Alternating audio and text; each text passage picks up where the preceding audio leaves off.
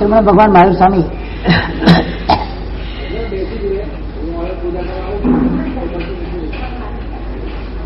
पंचम कालिक की इस परिस्थिति का बयान करते हुए बहुत सारी बातें उन्होंने फरमाई है। लोक प्रकाश के नाम का एक ग्रंथ, उसके बाद उपाध्याय विनय जी महाराजा ने उस ग्रंथ की संस्कृत भाषा के अंदर श्लोकबद्ध उसकी रचना की। 5 भाग के अंदर द्रव्यलोक, क्षेत्रलोक, काललोक, भावलोक वगैरह 5 भाग के अंदर उस ग्रंथ का बड़े बड़े वॉल्यूम के साथ विस्तार हुआ है। उस ग्रंथ के अंदर उपाध्याय जी महाराज ने 5 आरों का वर्णन किया हुआ है। पहला, दूसरा, तीसरा, चौथा आरा, 5वां, 6ठा, 6 आरों का वर्णन बहुत सचोट रूप से किया गया। ये वर्णन आज पंचम काल की परिस्थिति को देखते हुए हजारों साल पहले जो परमात्मा ने बातें बताई वो सही और सामर्थ्य वाली और सुंदर, मतलब बोलते हैं कि वो बातें सचोट लगती है। 400 साल पहले उपाध्याय विनय जी महाराज ने भी पंचम आरे के हाल के बारे में लिखा लोक प्रकाश के अंदर। उसकी कुछ पॉइंट्स है, अपनी बात आगे चल रही थी।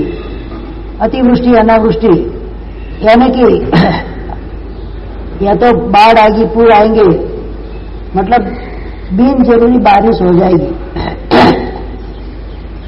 और उस बारिश के अंदर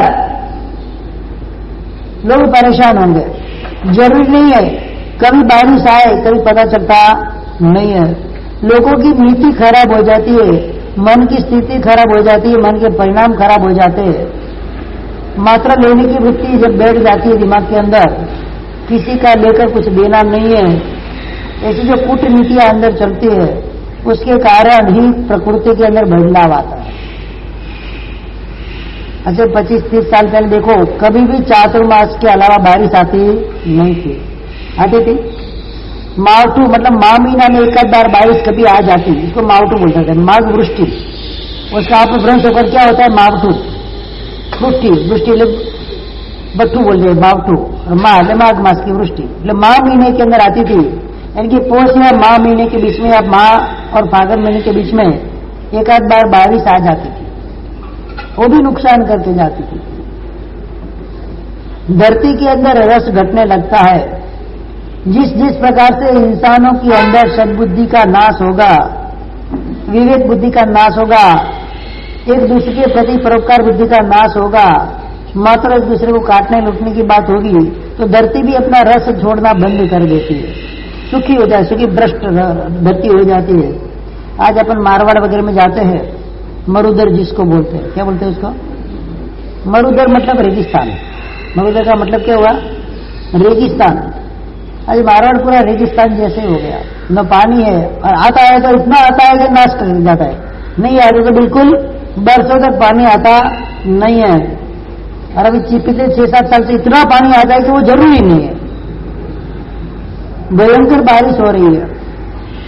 ये अतिवृष्टि बोलते हैं उसको, क्या बोलते हैं, बिन जरूरी बरसात होनी, ये पंचम काल का प्रभाव है। उसके अंदर जिस जिस प्रकार से मनुष्य के अंदर लालसा, लालच, वृत्ति, ईर्ष्या वगैरह बढ़ती जाएगी, वैसे वैसे वैसे प्रकृति भी अपने विरुद्ध कार्य करना चालू कर देगी। अतिवृष्टि पड़ेगी, कई कई जगह पर अकाल पड़ेगा, बारिश ही नहीं आए, बूंद 12 साल तक बूंद पानी भी नहीं आए। ऐसे भी कई देश है, सोमालिया जैसे देश अफ्रीका के अंदर जाओ, वहां बिन बारिश है ही नहीं बिल्कुल, न खेतों में धान्य पकता है, कुछ भी नहीं पकता है। मिट्टी के बिस्किट बनाकर खाते हैं। क्या करते हैं लोग उधर के, मिट्टी होते है ना, मिट्टी के बिस्किट खाते हैं लोग। सोमालिया के वगैरह बहुत भयंकर अकाली का महामारी का है उधर। किसी के शरीर के अंदर मांस पुष्टि है ही नहीं, सब सड़े हुए, कैसे हाड़ पिंजर जैसे मिलेंगे आपको, खाने ही नहीं उधर। ऐसी हालत के अंदर जीना जैसे छठारा उधर बैठ गया ऐसा लगता है अभी से। तो वहां पर अतिवृष्टि, अनावृष्टि, युद्ध की नौबतें बढ़ती रही। अब कई कहां से कौन से देश में कब युद्ध हो जाएगा, कब बम फटेगा, सब हम निश्चिंत होकर घर से बाहर निकलते हैं। कहीं रास्ते में गया, कहीं डस्टबिन में डाला वो बम फट गया, कहीं कार में डाला वो बम फट जाएगा और भयंकर महामारी हो जाती है। हम लोग बॉम्बे में थे, परीक्षा मेरी नहीं हुई थी उस समय, 1993 के अंदर सीरियल बम विस्फोट हुआ था बॉम्बे के अंदर। सीरियल बम विस्फोट कौन सी तारीख थी? 7 तारीख, 7/11 जिसको बोलते हैं। 7 तारीख को स्टॉक एक्सचेंज वर्ली स्टेशन पे 11 या 12 बम विस्फोट हो गए थे ट्रेनों के अंदर। किसी ने सोचा भी नहीं था कि आज मेरा अंतिम दिन है। कुदरत का एक कोई होगा, पुण्य ऐसे मेरा बलवान होगा। 7 तारीख को स्टॉक एक्सचेंज के अंदर बैंक ऑफ बड़ौदा की नीचे बैंक ऑफ बड़ौदा है, उसकी कलेक्शन विंडो है, उधर ही बम फटा था। कुदरत मेरे को उसी दिन उधर जाना था। 12 बजे बम विस्फोट हुआ वहां पर। शेयर बाजार की एप्लीकेशन भरते थे ना, पहले फॉर्म भरते थे, बैंक के अंदर भरने जाना पड़ता था। सब ब्रोकर के अंडर में मैं कार्य करता था उस समय। जाना था मुझे 6 तारीख को, 7 तारीख को, मतलब लास्ट डेट 7 तारीख को थी। लेकिन ऐसा लगा थोड़ा फॉर्म ज्यादा कलेक्शन हो गया तो मैंने अभी 6 को जाकर आया, तो 24 घंटा पहले गए। कितना? 6 तारीख को जिस समय बम 7 मेरा वही टाइम था, लंच टाइम में जाना होता था 12 बजे, 12 साढ़े 12 बजे ओपेरा हाउस से निकलता और वहां पर पहुंचता।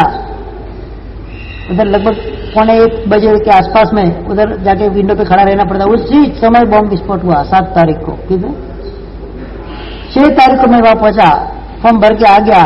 7 तारीख को पता चला, अगर गया होता तो हो जाता कि उधर ही खड़ा रहना था, उसी विंडो पे जाना था मुझे भी। मैं अगले दिन 24 घंटे पहले फॉर्म भर के आ गया।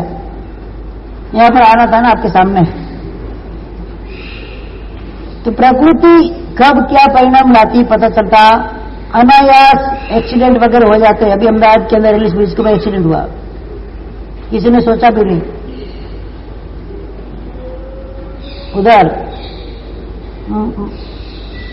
मच्छू मोरबी का ब्रिज टूटा, कितने लोग चले गए एक साथ में। किसी ने सोचा भी था कि ऐसा भी हो सकता है। हम सोच भी नहीं सकते ऐसी ऐसी घटनाएं वर्तमान काल में हो रही है।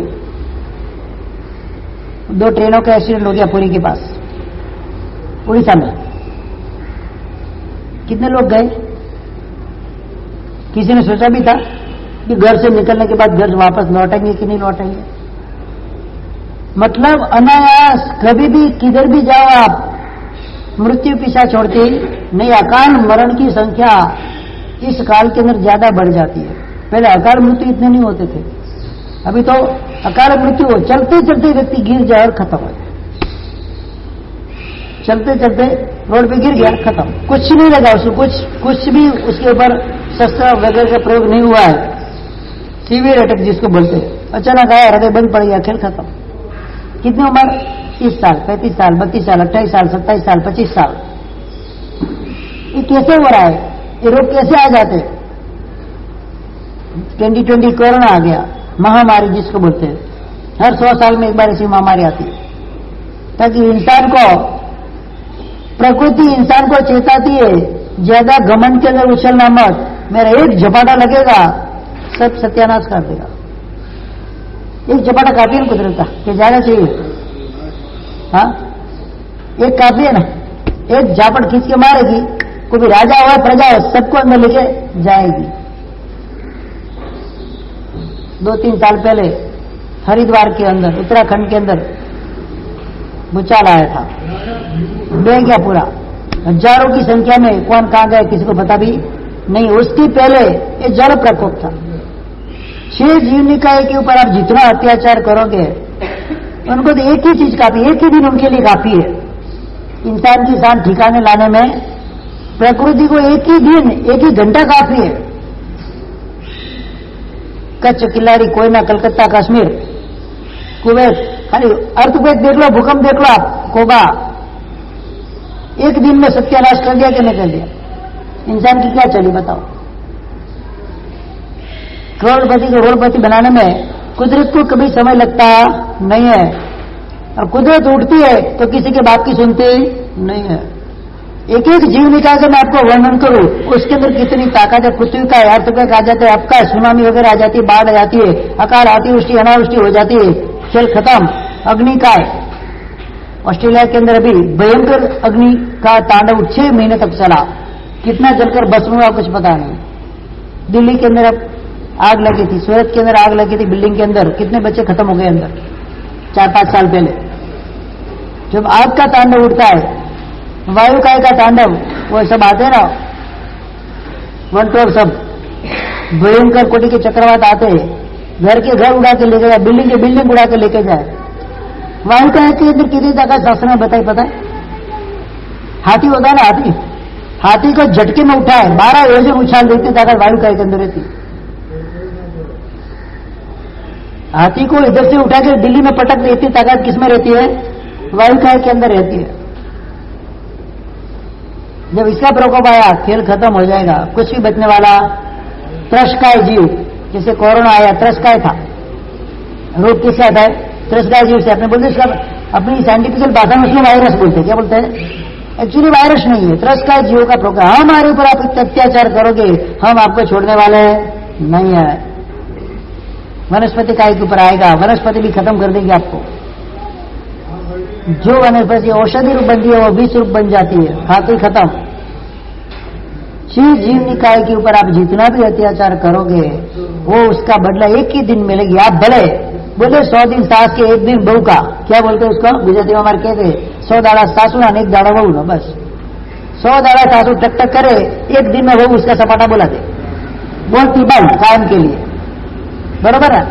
होता है कि नहीं होता है? इसके टक टक नहीं करना। टकोर करो, टक टक मत करो। और टकोर एक बार होती है, टक टक रोज होती है।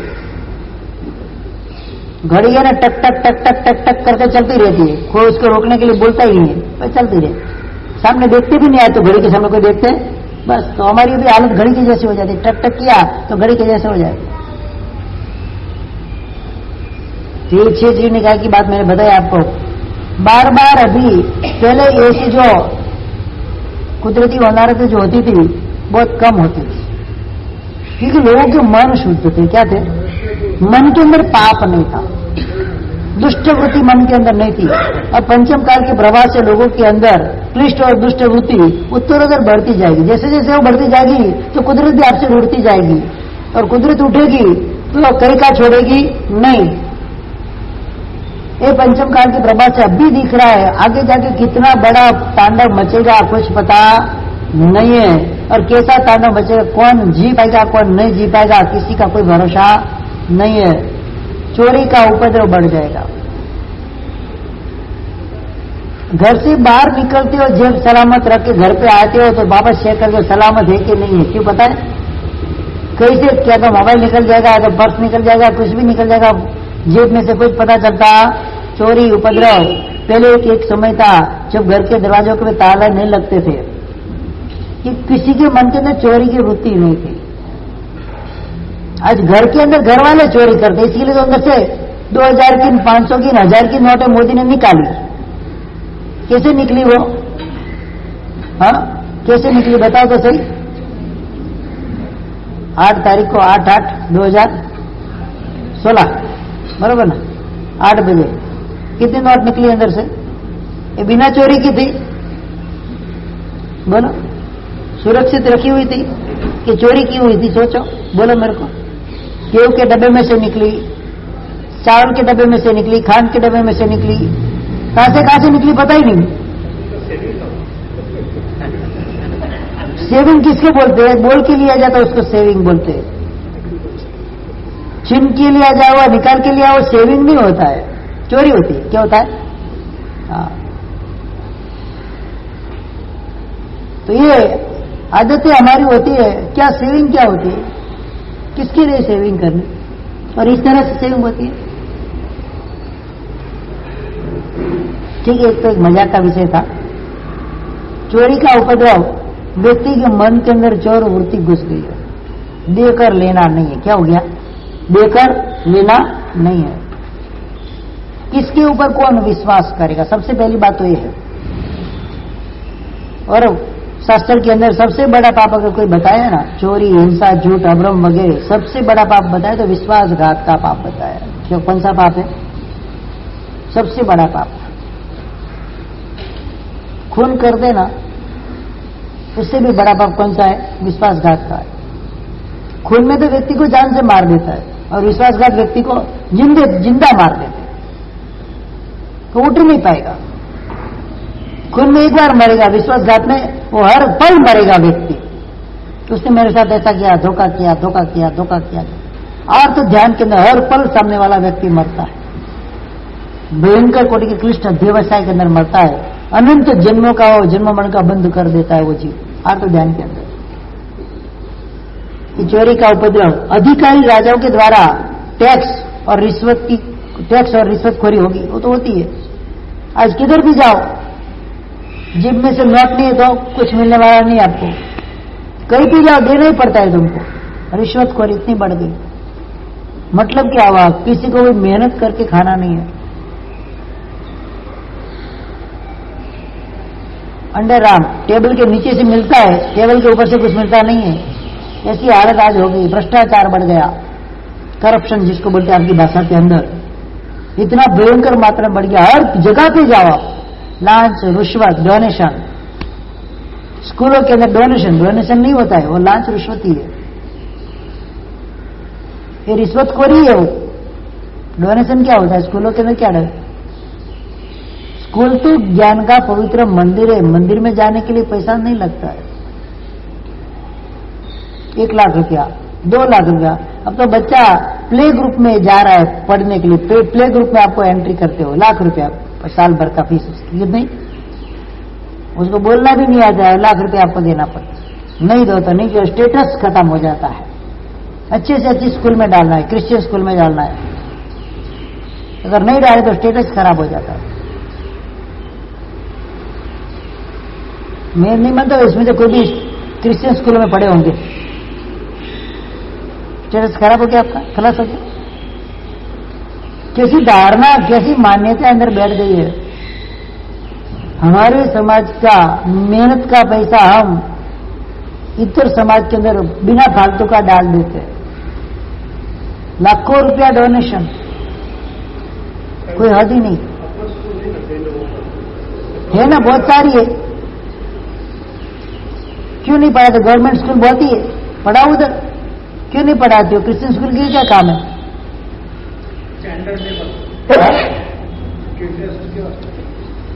और एक बात मैं बोल दूं, जितना भी बेस्ट रिजल्ट आता है मेरिट लिस्ट में, जितने भी बच्चे आते हैं सब गवर्नमेंट स्कूल के आते हैं। और स्टैंडर्ड की क्या बात कर रहे हो आप? प्राइवेट स्कूल में से मेरिट में आया, मुझे बताओ कोई भी प्राइवेट स्कूल में पढ़कर मेरिट में नाम आया हो, बोर्ड में, SSC board, HSC board, college में, मुझे बताओ ना आप।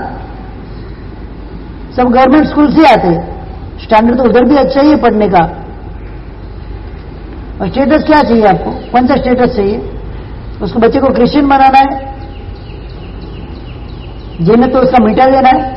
सबसे बड़ा परमात्मा ने मुझे जो स्टेटस दिया है जैनत्व का, उसे बाहरी स्टेटस है कौन सा? पाठशाला पढ़ाते हो, उधर तो हम प्रभाव ना देते। बच्चा पढ़ने आता है तो सामने से 10 रुपया 5 रुपए की प्रभाव ना देते, तो वहां बैठने का टाइम नहीं है।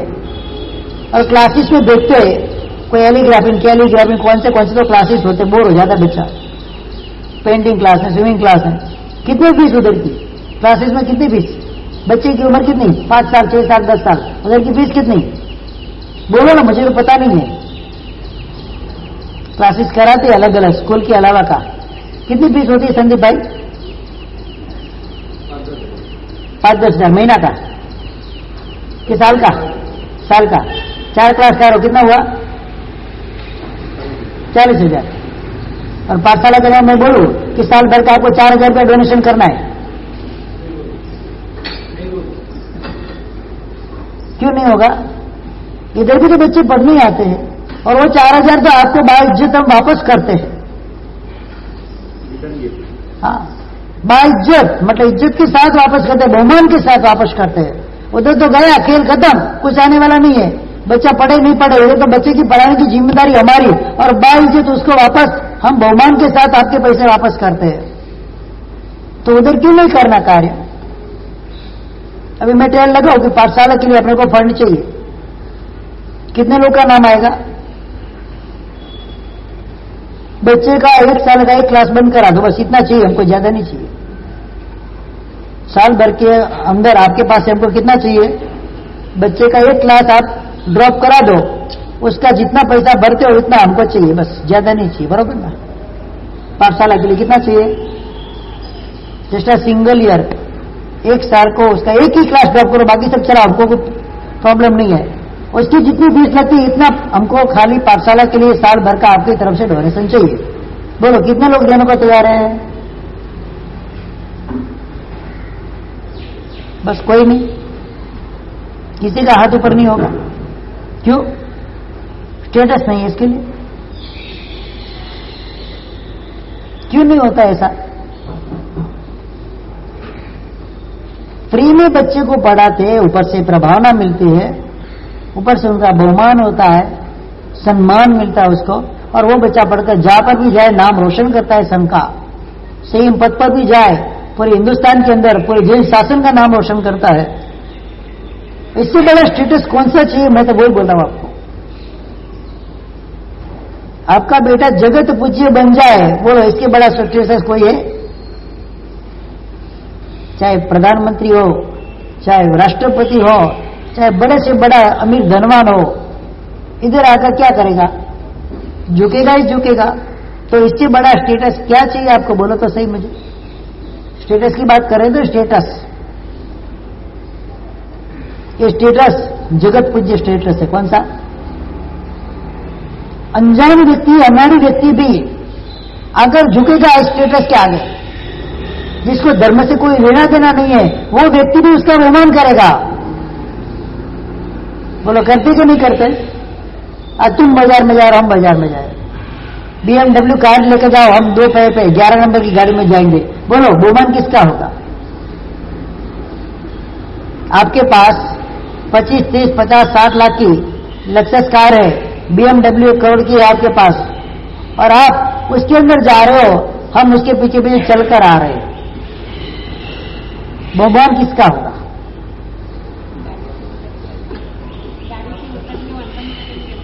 बहुमान किसका होगा? मेरा ये सवाल है। क्यों भाई? हमारे पास क्या है? कौन सा स्टेटस है? स्टेटस कौन सा है हमारे पास? तो सबसे बड़ा स्टेटस कौन सा है? मान लिया, बरोबर ना? कि नहीं माना? तो इस स्टेटस को भूलकर दूसरे स्टेटस के पीछे क्यों पड़े हैं हम? संकल्प करना चाहिए, मेरे शासन के अंदर, वापी नगर के अंदर मेरा चौमासा 2021 का हुआ, वहां पर एक ही पेड़ लगाई थी मैंने, साधारण और पाठशाला। क्या पाठशाला के लिए मैंने परिश्रम के अंदर बोला था, घोषणा की थी, 20 साल तक बच्चा पढ़ता है। कितने साल तक? कितना खर्चा होता है? पर ईयर 1 लाख खाली मिनिमम कर लो, 20 साल का कितना हुआ? 20 लाख। मेरे को 20 लाख नहीं, जो उसका याद चाहिए, मेरे को इसका इंटरेस्ट चाहिए 1 महीने का। कितना? 20 साल का 20 लाख का 1 महीने का इंटरेस्ट मेरे को चाहिए, बस, ज्यादा चाहिए नहीं। कितना चाहिए बोलो? कितना हुआ? कितना हुआ? 20 लाख का 1 महीने का इंटरेस्ट कितना हुआ? बस, मेरे को ज्यादा नहीं चाहिए, 21,000 का एक नाम चाहिए। कितना? बस इतना ही बोला था, टपोटप नाम चालू हो गया लिखाना है।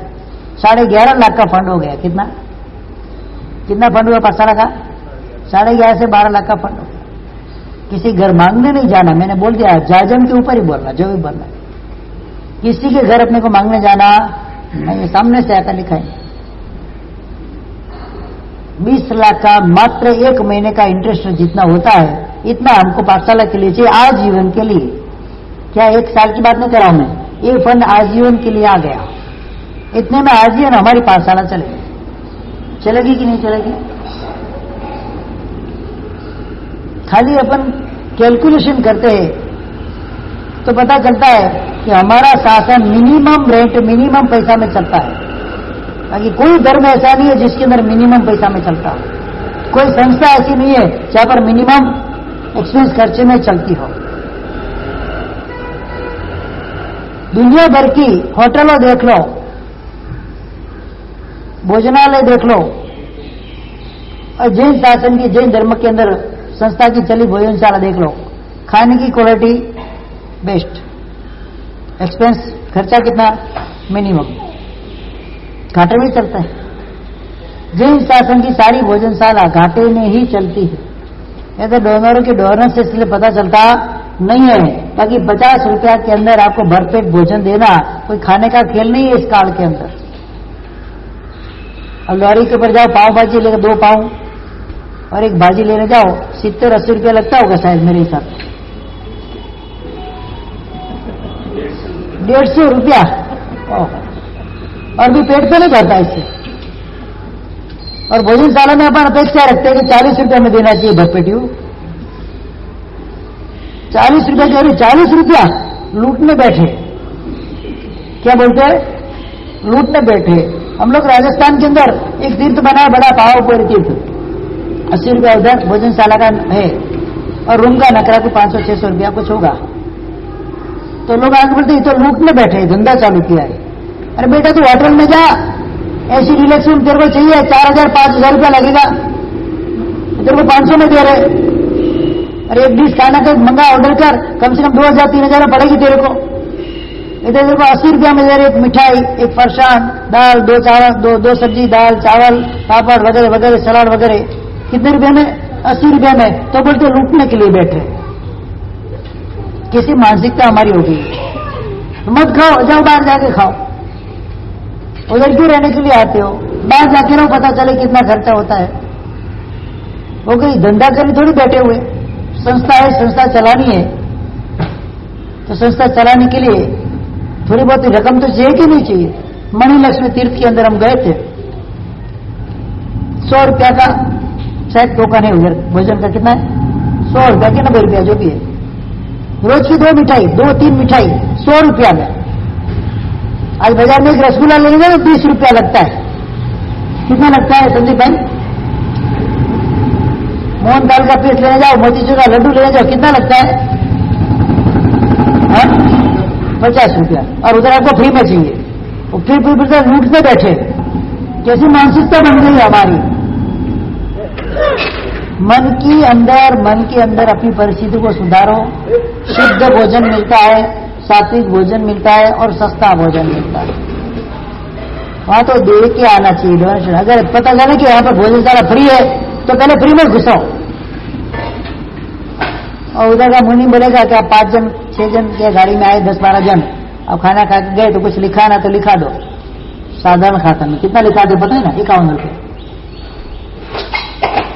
मेरा जैसा मनीमन उधर एक तमाचा मारे जोर से खींच के, चल के 5000 रुपये इधर, 51 रुपये लिखा है। शर्म नहीं आती है? संस्था के अंदर लिखाना कितना लिखाना? साधारण खाते में, रूम में रहकर आए, फ्री में रहकर आए बाहर, कितना लिखाना? 100 रुपया। अरे 100 रुपये से तो पूरे दिन बिजली जलाकर आ गया है। कितनी भयंकर कोटि की हीन वृत्ति हमारे अंदर आ गई। होटलों में जाओगे तो पहले एडवांस रखाते, चलो 2000 पहले एडवांस भरो, बाद में आपको एंट्री मिलती है। इधर बेचारे कुछ नहीं लेते, फ्री में रखते आपको। तो मानसिकता कैसी होनी चाहिए? सही बोलूं, कोई भी जाकर कोई भी संस्था में खाना खाने या रहने के लिए जाते तीर्थों के अंदर 5000 रुपया साधन में किसने लिखा है आज तक? मुझे बताओ, लिखा है संदीप भाई किसी ने? बोलो तो सही, लिखा है किसी ने? क्यों नहीं लिखा है? कितना लिखाना? 100 रुपया जीव दया में, 100 रुपया साधारण में, बस हो गया। 6 जना खाना खाकर और रहकर आए, पूरे दिन जलसा करके आए, उसका क्या? फिर बोलते लूटने बैठे। क्या बोलते हैं? लूटने बैठे। हम लूट रहे हैं उनको, वो लूटने नहीं बैठे, लूटाने बैठे बेचारे। इस प्रकार से ये जो रिश्वतखोरी वगैरह बढ़ गई हमारे अंदर, वो बढ़ती जाएगी। आगे जाके असंयत अनाचारी अपने आप को गुरु के रूप में मानने वाले होंगे और लोग उनको पूछेंगे। आज ऐसी प्रजा, सुसाधु को पूछने वाला कोई नहीं है, और जिसको दोहरा धागा टीला टपका टूर्नामेंट आता है उसको गुरु मानकर उसकी पूजा करते, उसकी अभिषेक करते, उसका पक्षाल करते। बोलो वीडियो भी आते बाहर, कैसे कैसे जिसका खुद का कोई ठिकाना नहीं, घर बार गुरुस्थी लेकर बैठा हुआ है और अपने आप को गुरु मानता है। लोग भी उसके पीछे दीवाने बन गए। अभी तो 10% समय गया है पंचम काल का। कितना? इतने में इतना देखने को मिलता है, आगे क्या होगा कल्पना करो खाली। असंयति अपने आप को गुरु मानकर अपनी पूजा कराते हैं, संयति साधु का निंदा अपमान करते वो लोग। ये साधु नहीं, डोंगी बोलते। क्या बोलते हैं? जिन शासन का श्रवण 6 जीव निकाय का रक्षक बिना किसी अपेक्षा से अपना जीवन बसर करता है, प्रकृति को किसी भी प्रकार की कोई हानि नहीं करता है, किसी जीव की हिंसा की लामना नहीं करता है, किसी के ऊपर भार रूप नहीं है, फिर भी उसकी निंदा करने वाले हम की हमारे मिलेंगे। कौन मिलेंगे? ये साधु ऐसा करते, ये साधु ऐसा करते, ये साधु ऐसा करते। दूसरे साधु को जाकर देखो तो पता चले हमारे साधु तो हजारों गुना नहीं, कोटि गुना उनसे बेटर है। खूब मर्यादित जीवन पालते हैं। जहां दूसरे मठों में जाकर, आश्रम में जाकर देखो उधर की हाल क्या होती है। फिर अपना साधु की, जिन्हें देश शासन के साधु की बाद में निंदा करना, आपको जितनी निंदा करनी भरपेट करना, पहले उधर जाके देखो, मौलवियों को जाकर देखो, क्रिश्चियनों के जो गुरु धर्म गुरु रहते पोप वगैरह, पादरियों को जाकर देखो, दूसरी संस्कृति के धर्म गुरु को जाकर देखो, जेल में बैठे, कहां बैठे? चाहे आसाराम लो, चाहे राम रहीम ले लो, कहां बैठे? क्यों बैठे? उधर धर्म गुरु है ना। हजारों की संख्या के अंदर पाखंडियों को इकट्ठा करके जिन्होंने अपने इस बैठी हुए धर्म का फैलाव किया, आज उनको मानने वाले कितने? असंयतियों की इतनी भरपूर मात्रा में वो अपने आप को गुरु मानते हैं। अभी एक नया कुछ निकला हुआ है, क्या नाम उसका? बागेश्वर धाम। क्या है उसके अंदर? हाँ, क्या है उसके अंदर? अपने आप को सर्वज्ञ मानता है। काय का चमत्कार? तुमको बुद्धू बनाता है क्या? चमत्कार क्या दिखाता है? सबसे बड़ा चमत्कार तो 8 wonder of the world Jain शासन के श्रवण है, सबसे बड़ा चमत्कार है दुनिया का। एक पैसे के बिना अपना जीवन पूरा बिताते हैं, एक चीज की इसके पास परिग्रह नहीं होता है, दाने का खाने के लिए दाना एक वीक का संग्रह उसका नहीं रहता है। चमत्कार से बड़ा क्या है इसमें? इससे बड़ा चमत्कार कौन सा है? बताओ तो सही मुझे। कोई भी व्यक्ति है, क्या अपेक्षा उनके पास है उसको? साधु के दर्शन के लिए पैसा लगता है, भगवान के दर्शन के लिए पैसा लगता है। समग्र विश्व के अंदर एकमात्र ऐसा धर्म है जहां पर श्रवण भगवान और परमात्मा के दर्शन के लिए 1 रुपया का टैक्स नहीं लगता है, 1 रुपया का चार्ज नहीं लगता है। बाकी तमाम धर्मों के अंदर चार्ज लगता है। भगवान के दर्शन का चार्ज देना पड़ता है। तिरुपति बालाजी हम गए थे, तिरुपति 5000 रुपया वीआईपी टिकट, आपको इंस्टेंट एंट्री मिलती है। 500 रुपया नॉर्मल लाइन, और एकदम फ्री में आना है तो लंबी लाइन लगती है। 8-10 दिन में आपका नंबर लगे। भगवान के दर्शन करने के अंदर भी हालत है, उधर भी व्यापार चल रहा है। पूरी गए हम, मैं पूरी दुनिया भर के मंदिर में जाके आया। मैं पूरी कोणार्क है ना, पूरी जगन्नाथपुरी, उधर भी जाके आए, रामेश्वरम जाके आए, तिरुपति बालाजी में, मीनाक्षी मंदिर, मदुरई, केरला वगैरह के मंदिरों में पूरा हिंदुस्तान घूम के आया हूं मैं। हर मंदिर में जाके आया, हर जगह टिकट लगती है आपको, जो फेमस टेम्पल से हर जगह टिकट लगती है। तंजावुर, मायावरम, चिदम्बरम, रामेश्वरम, बड़े बड़े तोतिंग मंदिर अपने मंदिर से जैन शासन के, उन्होंने उसको, शंकराचार्य ने उसको अपने कंट्रोल में कर लिया और उनको बचा लिया। हर जगह पे वहां पर कोई ना कोई प्रकार का आपको डोनेशन, और भी भगवान का डायरेक्ट स्पष्ट आपको मिलता ही नहीं उधर, गुजारिश भी क्या करेगा, आपको तो खाली दर्शन कर देना है बस। जैन शासन के अंदर एक ऐसे परमात्मा का शासन चल रहा है, यहाँ पर डायरेक्टली आपको सर्वज्ञ वितराग परमात्मा का टच यानी कि स्पर्श मिलता है। वितरागी देव का आपको डायरेक्ट स्पर्श मिलता है, वो भी फ्री ऑफ चार्ज है। घर से कुछ भी नहीं लाओ तो मंदिर के अंदर आपको पूजा का सामान मिल जाता है। उधर तो पूजा का सामान बाहर से आपको लेके जाना पड़ता है, तो घुसने नहीं दे अंदर। विवेक पूर्ण उधर जाना पड़ता है। जैसे अपन साउथ के अंदर मंदिर में जाते हैं, तो साउथ में लेके आए, खीस भी नहीं पहनने देते, खुले बदन जाना है व्यक्ति पुरुष को, मंदिर की रूल है। कई मंदिरों के अंदर बहनों को सर ढके बिना जाना नहीं है, या तो कहीं पर भी आएंगे बिना बस बिंदास आएंगे। मंदिर में जाएंगे तो ड्रेस पहन के जाएंगे, उपासना में जाएंगे तो ड्रेस पहन के, जींस पहन के आएंगे। मतलब वेस्टर्न कल्चर उपयोगी नहीं, विवेकपूर्ण व्यवहार ही नहीं है हमारा। कैसे चलेगा ये जीवन? कई संस्थाओं के अंदर जो बाहर की संस्थाएं रूल्स बन गए कि आपको कंपल्सरी उसी ड्रेस में आना है, नहीं तो घुसने नहीं दे आपको अंदर। सर ढक के अंदर जाना है। पूरी जाते हम पूरी गए थे ना, सर ढक के जाना है अंदर, खुले से जाने नहीं देते उधर अंदर। और वेस्टर्न ड्रेस तो अलाउड ही नहीं है, जिसको बोलते हैं अभद्र ड्रेस, उधर अलाउड ही नहीं है। और हमारे मंदिर में बच्चे बच्चे आते, माँ बाप भेजते, शर्म नहीं आनी चाहिए उनको? किस तरह से भेजना है उनको, कैसा ड्रेस पहनाना है उनको? बाहर किधर भी आप रेस्टोरेंट में जाओ, रिसोर्ट में जाओ, कुछ भी करो, हमको क्या लेना देना है? कम से कम धर्म स्थानों के अंदर तो विवेकपूर्ण उनका वेश होना चाहिए। एक श्राविका को शुभ ऐसा ड्रेस उनका होना चाहिए। इधर उधर का ड्रेस कपड़े पहना के मत भेजना, मेहरबानी करना। हम भी कोई स्थूली बद्र नहीं है कि हमारे मन में विकार नहीं जगे, समझ लेना आप। विवेकपूर्ण वेश पहनाकर उनको भेजना चाहिए। क्या से क्या उसमें भी स्टेटस, हाँ उसमें भी क्या होता है? स्टेटस। आधे कपड़े मतलब आपका स्टेटस है, और संस्कृति का ड्रेस आपके लिए ऑर्थोडॉक्स है। क्या है? अपना कल्चर भूल गए, अपना नेचर भूल गए, सब भूल गए हम, और वेस्टर्न कल्चर में ऐसे डूब गए, सत्यानाश हो गया। आज वेस्टर्न कल्चर वाले उधर के लोग साड़ी पहनना चालू किया और इधर के लोग कपड़े छोड़ना चालू किया। बोलो, सोचो। उधर के लोगों ने दारू पी और मांसाहार बंद कर दिया, और इधर के सहाने पाने समझे हुए धर्मी जन अपने को मानते हुए दारू की, क्या बोलूंगी मैं उसको, फ्रिज के अंदर बियर की बोतलें पड़ी रहती है। जैन शासन के घर की बात कर रहा हूं मैं, और उधर के लोग उसको घर के मानते हैं। यहां पर स्टेटस बना, उधर उनको पता चला ये चीज खराब है, छोड़ो उसको। शाकाहारी बनने जा रहे, इधर मांसाहारी बनने जा रहे हैं।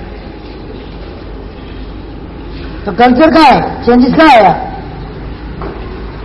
समझना है। इस प्रकार से असंयतों की लोग पूजा करेंगे, तापस वगैरह कष्ट सहन करेंगे। तापस वगैरह बाबा फकीर वो देव, वो जिससे नंगे बाबा वगैरह रहते, शिवरात्रि के अंदर निकलते, कष्ट सहन करेंगे, लाभ नहीं है कुछ उनको। अज्ञान कष्ट कौन सा? ज्यादा से ज्यादा पहला या दूसरा देवलोक तक, और तापस ज्यादा से ज्यादा 5वें देवलोक तक जा सकता है अगर उत्कृष्ट साधक होता है तो। बाकी पहले दूसरे देवलोक तक जाएंगे, उधर मिथ्यात्व में जाएंगे, वापस संसार में भ्रमण करेंगे। सबसे बड़ी बात यहां पर बताई, श्रावक गण जो है आवश्यक आदि क्रियाओं के अंदर प्रमादी बनेगा। सामायिक नहीं, औषध नहीं, प्रतिक्रमण नहीं, किसी भी प्रकार का धार्मिक अनुष्ठान व्यवहार नहीं। जबरदस्ती आपके पास कभी कभी हमको लगता है कि जबरदस्ती हमको धर्म कराना पड़ता है। सही बोलूं मैं? ये अतिशयोक्ति नहीं है। जबरदस्ती आपके पास धर्म कराना, आपकी चाहना से, आपकी रुचि से आप सामायिक करने के लिए कितने बार आते हो उपासना के अंदर? इसीलिए हमको आयोजन करा हुआ समूह सामायिक का आयोजन किया गया है। ये जबरदस्ती आपके पास कराया जाने वाला धर्म समूह सामायिक क्या है? जबरदस्ती लालच वृत्ति देकर, लोभ वृत्ति देकर, या किसी न किसी प्रकार से आपको इधर बुलाकर सामायिक कराना, जबरदस्ती। बाकी तो करोगे नहीं।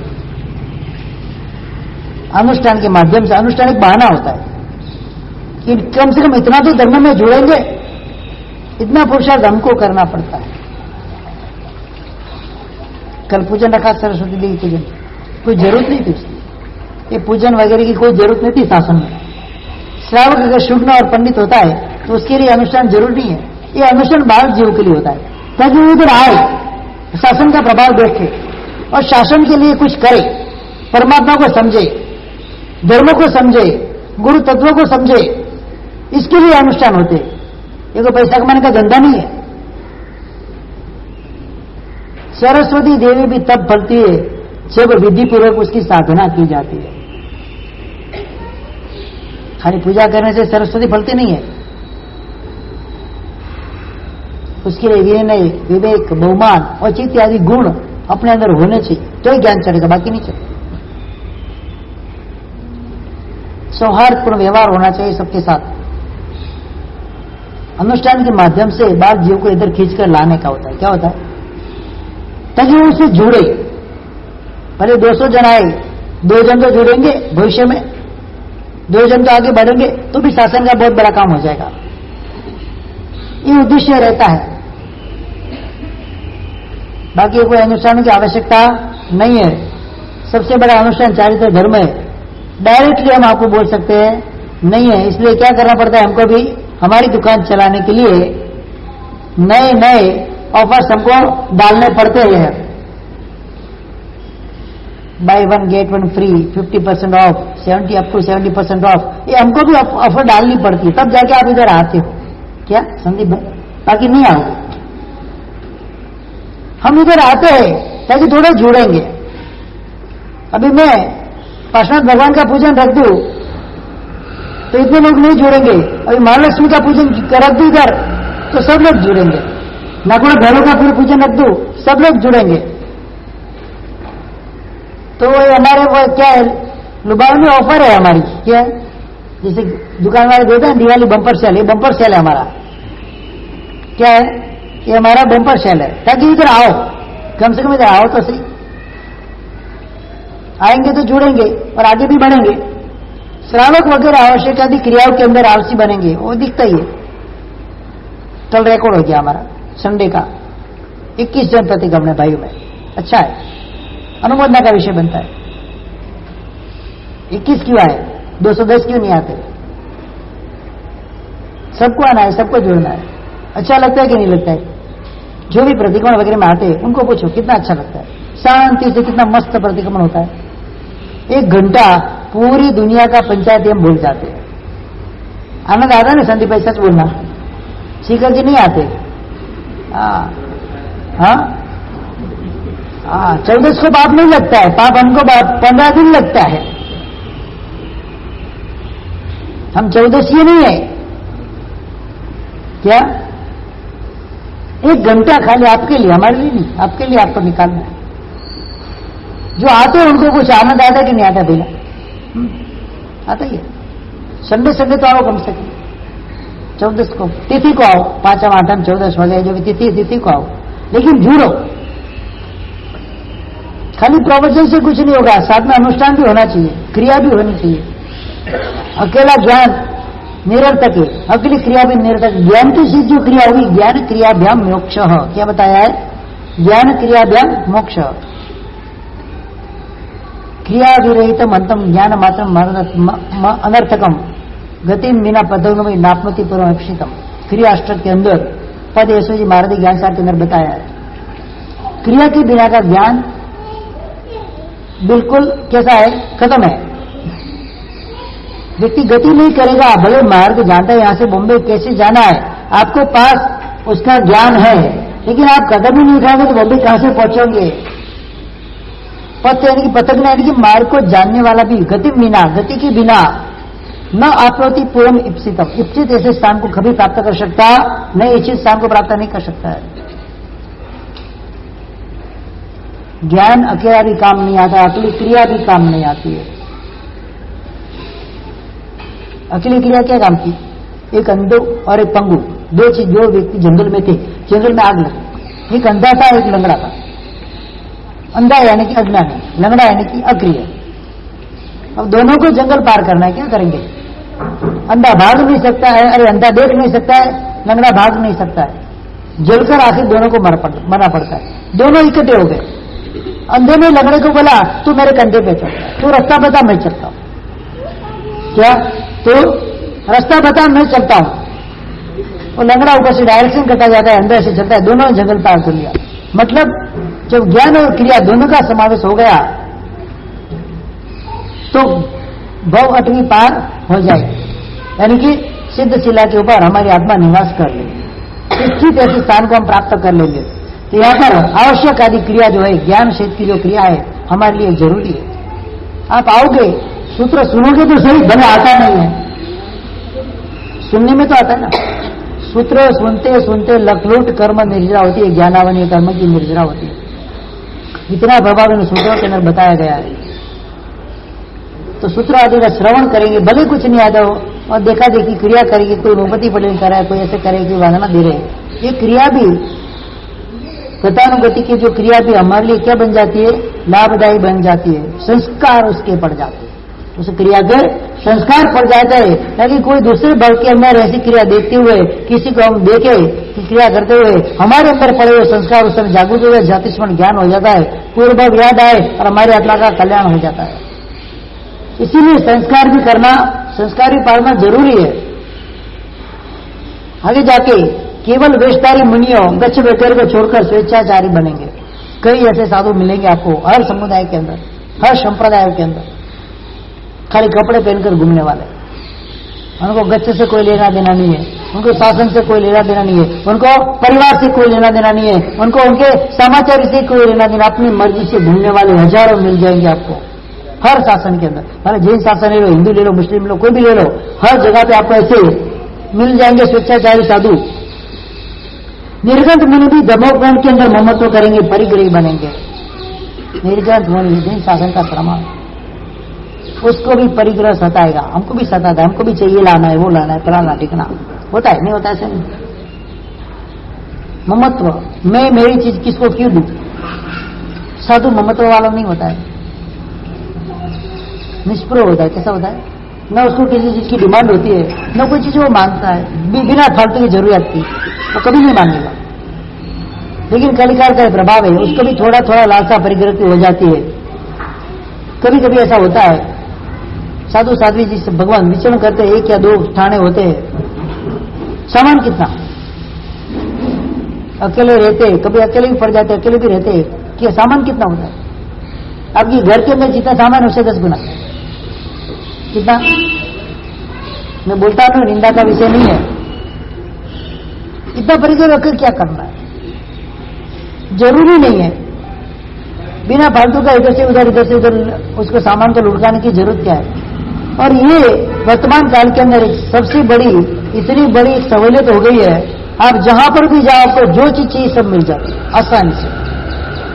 पहले काल के अंदर कपड़े भी चाहिए होते थे हमको तो घर घर ढूंढने लेने निकलना पड़ता था, आज सामने से आ जाता है। ताके के ताके हिलाकर देखिए सारा कितने भक्त वर्ग हो गए, तो फिर उसका परिचय रखकर क्या, जितना चाहिए इतना रखो, वापस कर दो। मैं यहां से पूना से गया, आगे गया, किसी भी लोनावाला गया या इधर गया, नगर में गया, किधर भी मेरे को कपड़े मिल जाएंगे, नहीं मिलेंगे ऐसा थोड़ी है। हर चीज मिल जाती है, एवरी सारी चीजें अवेलेबल है आज, तो परिचय क्यों रखना? साल आकर मशीन रखो, क्या करना है रख के, किसको देना है मुझे? साल भर में मुझे जितना चाहिए इससे ज्यादा तो मेरे पास पड़ा है, अब रखकर क्या करूं? क्या करना है? मेरे पास जो 4-5 मेरे जो सामान पुस्तक वगैरह पे मेरे तो वो भी दिमाग में मेरे अटकती है, खटकती है, कितना क्या करना उसका, क्यों रखना है इतना? ये भी सहन नहीं होता है, बोलो। लेकिन कुछ कारणवश चौमासा वगैरह करें, अलग करते हैं, तो कुछ कारणवश मेरे पुस्तक वगैरह अपनों को, मेरा काम भी चला आगम वगैरह का, तो रखने भी पड़ते हैं। तो उसकी भी एक बार अगर ज्यादा हो गई ना, तो कैसे करके उसको एक कम करना वो सोच रहा हूं मैं। परिग्रह संज्ञा साधु परिग्रही बन जाएंगे, ऐसा लिखा है इसके अंदर। गुरु का अभिनय करेंगे, बस वही है, हो रहा है घर के अंदर वडीलों का अभिनय, संस्थाओं के हमारे श्रमण समुदाय के अंदर गुरु का अभिनय नहीं करना। अभिनय गुरु के सामने बोल देना, कुछ गुरु ऐसे, गुरु फलाना, गुरु ढिकना, दोष देखना, क्या करना? सामने वाले का दोष देखना, बस यही वृत्ति हमारी हो गया। ये महाराष्ट्र ऐसा करते, ये महाराष्ट्र ऐसा करते, ये फलाना ऐसा करते, फलाना ऐसा करते, क्यों ऐसा करना? हम हमारे अंदर स्थिर हो जाए बस। कौन क्या करता है, नहीं करता है, क्यों करता है, किस अवस्था के अंदर करता है, उसको क्यों ऐसा करना पड़ता है, उसके बारे में सोचो। खाली निंदा मत करो, कोई कारण को ढूंढो, उनको उस तरफ पर क्यों जाना पड़ा, क्यों ऐसा करना पड़ता है उनको, हमारी क्या कमजोरी रह गई, हमारी क्या कमी रह गई उनकी सेवा के अंदर, ताकि उनको ऐसा करना पड़ता है, उसको ढूंढो। ऐसा करते, ऐसा शब्द कहीं बोलना नहीं चाहिए। पुत्र माता पिता की अवमानना करेंगे, करते ही कौन सुनता है, कौन सुने फरियाद? ये गाना बा रहा था, शायद शेखर जी को आता होगा। कौन किसकी फरियाद सुने? यहां पर माता पिता बोलते हैं हमारे संतान हमारी बात नहीं सुनते हैं, और पुत्र वगैरह ऐसे समझते हैं मैं पढ़ लिख कर बड़ा हो गया, माँ बाप को क्या पता हो, क्या जाने, अज्ञानी है। अज्ञानी थे ना, इसीलिए तेरे को पढ़ा के बड़ा किया। ज्ञानी होते तो पढ़ाते नहीं, ऐसे रखते छोड़ देते हैं तेरे को। तुम्हारी जीवन का विकास करने के लिए उन्होंने जो मेहनत की है, उन्होंने जो पुरुषार्थ किया है, मैंने बताया ना स्थानक सूत्र के अंदर तीसरे अध्ययन के अंदर 3 का उपकार भूलना मना किया है। सबसे पहला उपकार माता पिता का उपकार बताया है इसके अंदर। अवमान्य कैसी होती है उनकी। सास ससुर जी घर में होते हैं, बहू घर में कैसे रहती है, पूछो तो सही। कभी कभी हमको डाउट हो जाता है घर की लड़की है कि घर की बहू है, पूछना पड़ता है। क्या घर के अंदर वो जाते हैं ना गोची, तो कभी पूछना पड़ता है तो उनकी लड़की है, नहीं माँ साहब उनके बेटे की बहू। संस्कार लड़की जैसे कि संस्कार बहू जैसे पता चलता नहीं, हमको पहचानने में भी नहीं आता है। घर की कन्या है कि घर की बहू है पता भी चलता, उसकी पहचान भी हो सकती नहीं है। माता पिता नीचे बैठकर खाना खाते और बहू सोफे पर बैठ बैठ के टीवी देखती है उसके सामने। ये कैसा विवेक है। माँ बाप नहीं बोलते मतलब आप उनको बोलने के लिए मजबूर नहीं कर सकते, इसके लिए नहीं बोलते। आपने उनको दबा दिया है, बोलेंगे तो बोलेंगे अगर मैं कुछ बोलने जाऊंगा तो कल को मेरे को खाना भी नहीं मिलेगा। उनको डर है, क्या है, इतना भयंकर डर उनके अंदर, बड़ी लोग के अंदर आपने घुसा दिया है। कल को मैं कुछ भी बोलने जाऊंगा तो घर से निकाल देंगे तो कहाँ जाऊंगा। डर होता है उनको। डर क्यों होना चाहिए उनको, उनका विनय बहुमान होना चाहिए। और माता पिता के आशीर्वाद के बिना पेड़ का पत्ता भी नहीं हिलता, इतना मन में ध्यान रख देना। पेड़ का पत्ता भी हिलेगा नहीं।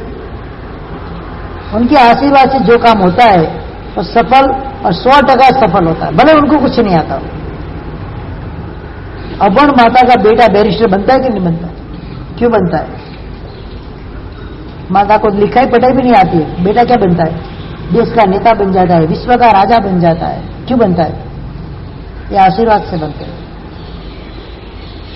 अपनी बुद्धि कहीं पर भी चलती नहीं है, अपना प्रभाव कहीं पर भी नहीं है। प्रभाव जो है तो गुरु भगवंतों का है, प्रभाव जो है तो अपने वडीलों का, माता पिता का प्रभाव है। उनकी आज्ञा का कभी अनादर मत करना, हो सके तो सेवा करना। उनको जरा सा भी कम आए ऐसा कभी वातावरण हमारे जीवन में होना चाहिए नहीं। ऐसी कभी ऐसी मनोवांछा भी हमारे जीवन में होनी चाहिए। उनकी आंख में आंसू आया मतलब समझ लेना मेरा जीवन आज से पतन की ओर जा रहा है। खास ध्यान रखना है, अविनय से दूर रहना है। आपस में स्वजनों के अंदर भी वैर विरोध होगा। परिवार में झगड़े हो जाएंगे, होते हैं भाई भाइयों के बीच में झगड़ा, भाई बहनों के बीच में झगड़ा, सालों सालों तक बोलना बंद। अरे कोई पूर्व भाव के कर्मों के संयोग से आपका एक दूसरे के साथ इधर जुड़ना हुआ है, ऋणानुबंध के कारण, पूर्व भाव के राग या द्वेष के ऋणानुबंध के कारण आपको यहां पर जुड़ना हुआ है। कितने साल साथ में रहना है? कितने साल रहना है? जैसे पूर्व करोड़ वर्ष तक रहना है साथ में, सैकड़ों वर्ष साथ में रहना है। कितना समय आपको साथ में रहने का? दो भाइयों को भी साथ में रहने का समय कितना है आपके पास? खाली चेक करो, दोनों भाई की 80 साल की उम्र होती है, कितने समय साथ में रह सकते हैं 80 साल के अंदर? ज्यादा से ज्यादा कितना समय आपको एक दूसरे के सामने रहना है? 10% समय भी नहीं है। 80 साल में 8 साल भी आपको आमने सामने आना नहीं है, तो फिर गैर विरोध किस बात कि वो अपने कार्य में होते, वो अपने कार्य में होते। साथ में मिलने का कितना होता है? कदाच दिन भर में अगर मिलने का हो तो 2 मिनट 5 मिनट, कितना होता है कि ज्यादा होता है कि सब अपने अपने काम में व्यस्त रहते हैं। तो फिर गैर विरोध किस बात का? बुआ के साथ बोलना बंद, मामा के साथ बोलना बंद, सबके साथ, भाइयों के साथ बोलना बंद, माता पिता के साथ बोलना बंद, बहनों के साथ बोलना बंद। परिवार मिलता है पुण्य से। भयंकर पाप कर्म का उदय जब आता है ना, तो मिले हुए परिवार, मिली हुई संपत्ति और मिला हुआ ज्ञान तो नष्ट होता है। ऐसा मत समझो मेरे पास आज इतनी संपत्ति है तो उसकी मेरे को जरूरत नहीं है। समाज की भी व्यक्ति को जरूर पड़ती है, क्योंकि man is a social animal. इंसान सामाजिक प्राणी है। क्या? समाज के बिना आपकी कोई वैल्यू नहीं है। बोलो है? मुझे समाज से क्या लेना देना? हजारों लोग ऐसे बोलने वाले मिलते, तो उनको पता नहीं है समाज नहीं है तो उसकी कोई वैल्यू नहीं है, सोसाइटी नहीं है तो उसकी कोई वैल्यू नहीं है, उसके पास धर्म नहीं है तो उसकी कोई वैल्यू नहीं है। ऐसा सोचते हैं हम कि हमारी कहां पर कोई कीमत रहती नहीं है। नौकर सेठ के साथ विश्वासघात करेंगे, उनके धन का मालिक बन जाएंगे। होता ही हो तो आज मालिक बेटा बेचारा घर पे बैठा बैठा रोता है और नौकर उसकी दुकान को हजम कर जाता है। होता है कि नहीं होता? विश्वासघात मैंने पहले बताया, सबसे बड़ा पाप विश्वासघात का पाप है। विश्वास किसी को दिला न सको कोई टेंशन नहीं है, किसी की बात का विश्वासघात, किसी ने आपके पर विश्वास रखा है उसका विश्वासघात कभी भी जीवन में मत करो। ये पाप कभी भी टूटता अनंत भव तक भटकाता है। पुत्र वधु सास ससुर का विनय नहीं करेंगे तो मैं बोले रोज बोल रहा हूं मैं, क्यों नहीं कर रहे? माँ बाप क्यों बेटियों को नहीं सिखाते कि बेटा वो भी तेरा घर है, उधर विनय विवेक से तेरे को रहना है। और वही माँ बाप घर के अंदर बहू आती है तो उसके पास अपेक्षा रखते हैं कि तुझे मेरा विनय करना चाहिए, और उनकी बेटी किसी घर में जाती है तो उसको विनय नहीं सिखाया जाता। ये दोगलापन क्यों है? दूसरों की बेटी मतलब लकड़ी की भारी और अपनी बेटी मीठे झरने की क्यारी, ऐसा है?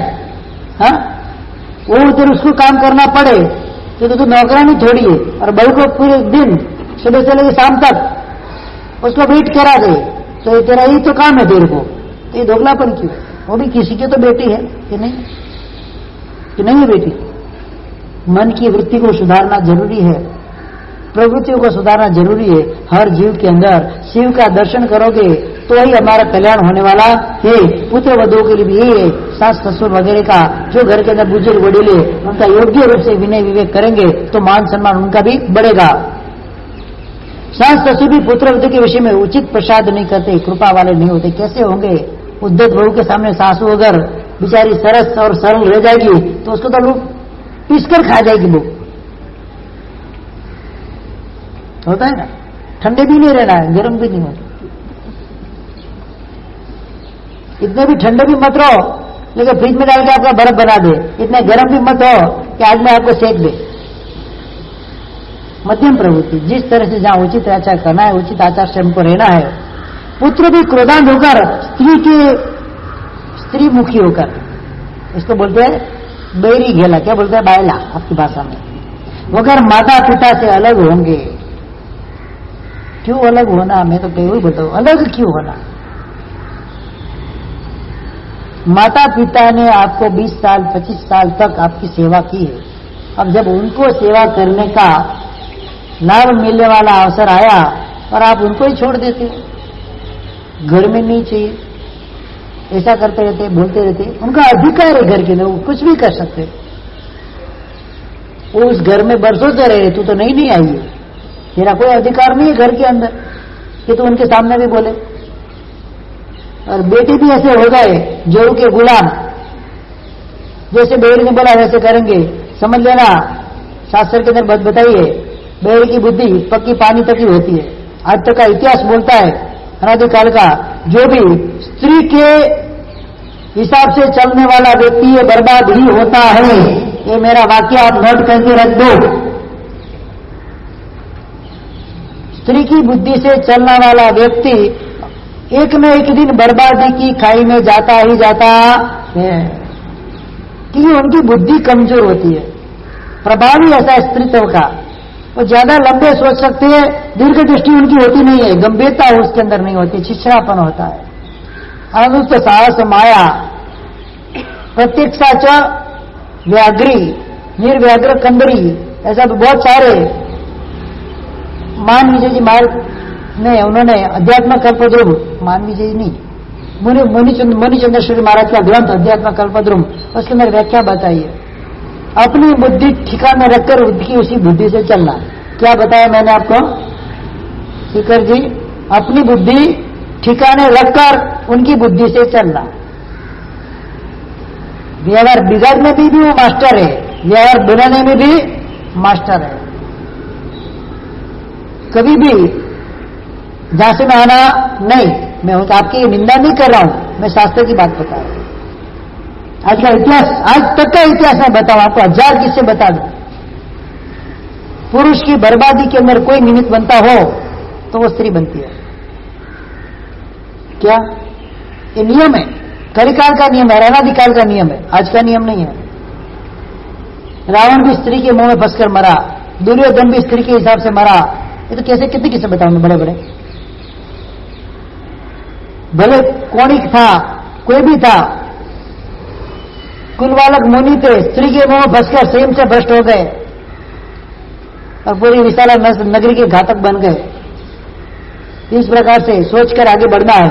पुत्र वधु पति के हृदय में घुसकर पिता पुत्र को अलग करेगी। देखो ये लिखा हुआ है इसके अंदर,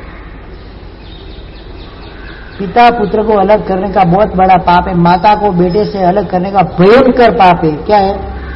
तो जब उदय में आता है ना, छोड़ता नहीं है। माता ने जिसको जन्म दिया है, 25-25 साल तक उसका पालन पोषण किया है, पिता ने पेट के ऊपर पत्थर बांधकर उसकी रक्षा की है, उसका संरक्षण किया है, उसको पढ़ा लिखा कर आगे कैपेबल बनाया है, और आप झटके में आकर 1-2 साल में उसको माँ बाप से अलग कर देते हो। जिंदगी भर अनंत भव तक आपको माता पिता का वियोग रहेगा, ध्यान रखना। माता पिता होकर भी नहीं रहेंगे आपके, ये तो भुगतना ही पड़ता है। किसी को किसी से अलग करने का, मात्र अंजना सती ने वो मोरनी के अंडे, खाली हाथ लग गया था उसका, नहीं समझे किसका नहीं, किसका पूछा, हाथ लग गया, कलर लग गया, कलर वाला हाथ लग गया, मोरनी अंडे को नहीं पहचान पाई और कुछ समय तक मोरनी के अंडे से मोरनी को वियोग रहना पड़ा, और वापस बारिश के पानी में अंडा धुल गया, वापस वैसा वैसा हुआ, वापस उसका योग हुआ। तो उस स्त्री को जो दूसरे भव के अंदर कितने सालों तक पति का वियोग रहा, सोच सकते हो? 22 साल, कितना।